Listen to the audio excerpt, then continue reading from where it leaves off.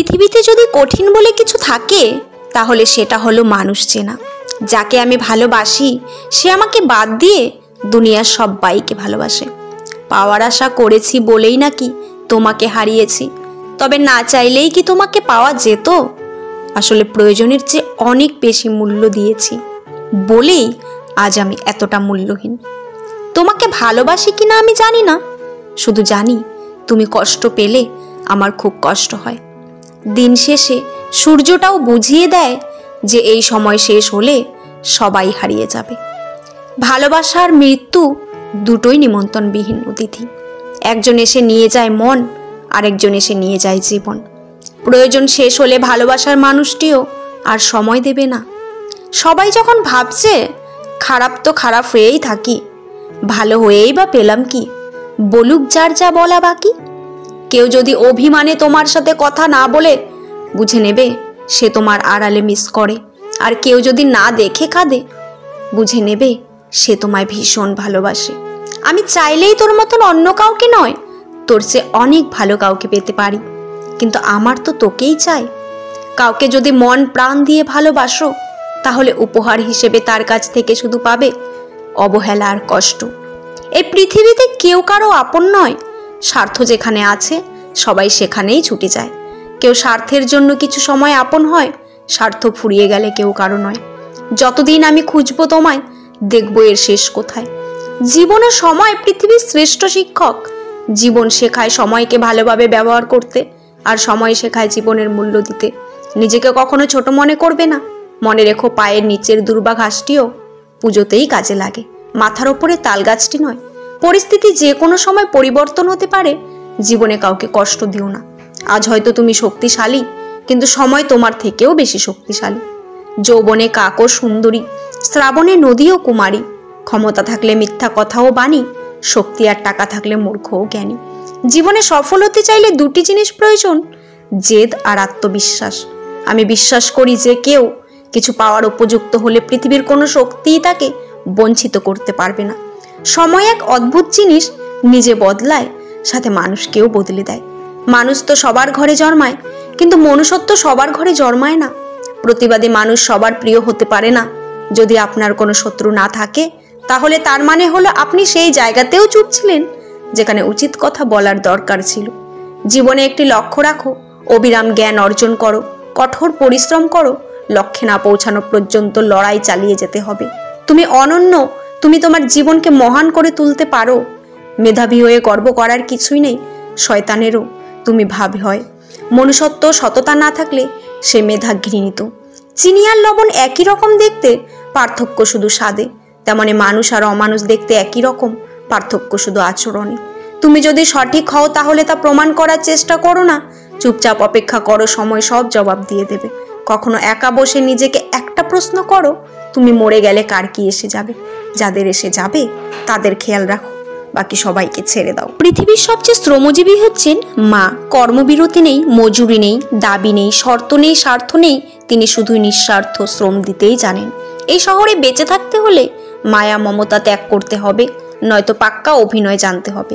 Successful হতে গেলে কি লাগে?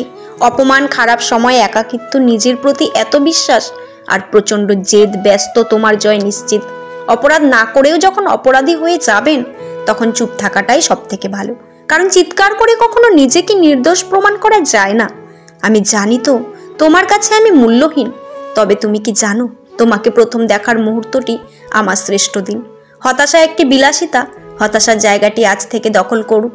কাজ শেষে তৃপ্তির মাখা ক্লান্তি।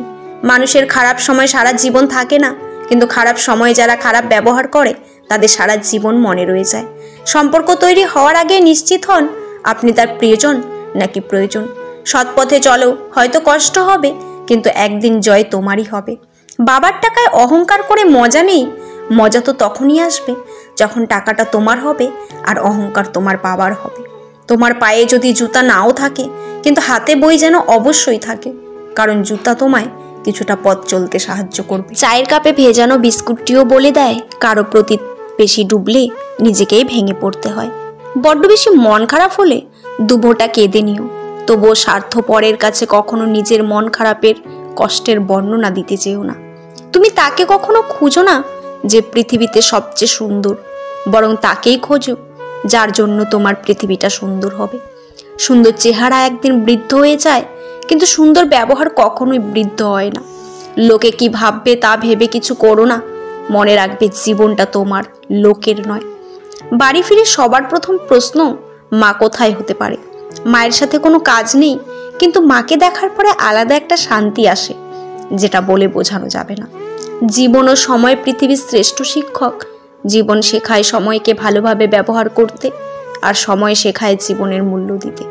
সমস্যাকে কখনো এড়িয়ে যেতে চাইবে না, বরং সমস্যা এলে তার মুখোমুখি দাঁড়াবে। মনে রাখবে, সমস্যাবিহীন সাফল্যে কোনো আনন্দ নেই। সব সমস্যার সমাধান আছে।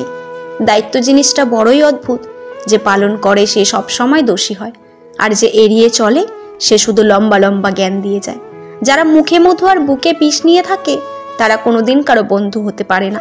একটি বই 100টি বন্ধুর সমান, কিন্তু একজন ভালো বন্ধু পুরো একটি লাইব্রেরির সমান।